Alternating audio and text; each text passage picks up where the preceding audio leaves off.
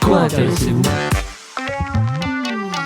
Bonjour, bienvenue sur Antithèse Radio. Dans le cadre des cours de co-intervention, nous allons vous proposer un petit podcast sur le thème suivant, l'IA et son impact sur le quotidien des jeunes. Je suis Abigaël, accompagnée de Anthony, bonjour à tous. Et nous sommes en seconde TNE. Nous allons vous présenter notre podcast sur l'IA. Quel est son impact sur le quotidien des jeunes ? L'IA a un impact puissant sur leur vie en transformant la manière dont ils interagissent avec le numérique, apprennent, se divertissent et communiquent. Bien qu'elle offre de nombreuses opportunités, il est important que les jeunes en comprennent les enjeux, notamment en ce qui concerne la vie privée, la dépendance technologique et le développement de compétences. Il est également important que les parents guident les jeunes dans un usage équilibré de ces technologies. Mais qu'est-ce que l'IA ? L'IA est un outil cherchant à reproduire l'intelligence humaine. Cela inclut des actions comme comprendre le langage, résoudre des problèmes, apprendre de nouvelles informations et prendre des décisions. Mais Anthony, quels sont les différents types d'IA ? Il y a l'IA faible ou étroite, l'IA forte ou générale, l'IA super intelligente, l'IA réactive, l'IA avec mémoire, l'IA de planification et raisonnement et l'IA apprenante. Mais comment les jeunes s'en servent ? Pour faire leurs devoirs, apprendre des langues, créer du contenu, musique, écriture, jeux vidéo, des discussions avec des IA comme Character AI. Certains s'en servent également à des fins négatives comme les deepfakes. Maintenant que nous avons expliqué tout ça, nous allons vous parler des brain-rot et comme ça joue sur le quotidien des jeunes. Les brain-rot désignent un pourrissement du cerveau, quand tu penses tellement à quelque chose que ça devient une obsession. Un brain-rot IA est égal à un ramassis de bêtises lié à l'IA.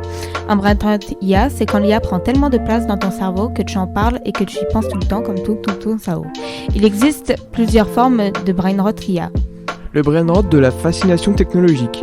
Tu es obsédé par ce que l'IA peut faire, ça se caractérise par des pensées du type « et si l'IA remplaçait les artistes ?» Ou alors « je vais demander à ChatGPT d'écrire une histoire pour m'aider à m'endormir » ou encore « je parle plus à l'IA qu'à mes amis ». Le brain-rot créative. Tu utilises tellement l'IA pour créer, images, musique, écriture, etc.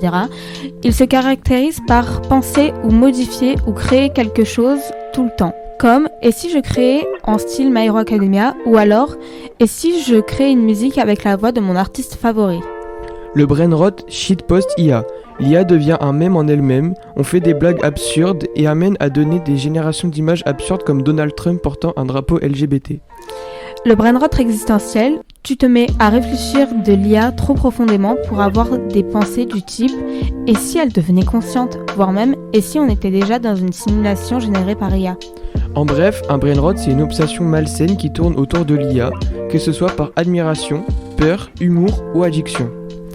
Pour conclure, l'intelligence artificielle occupe aujourd'hui une place centrale dans la vie des adolescents. Elle peut être un outil puissant capable d'aider à apprendre, créer, s'amuser ou communiquer.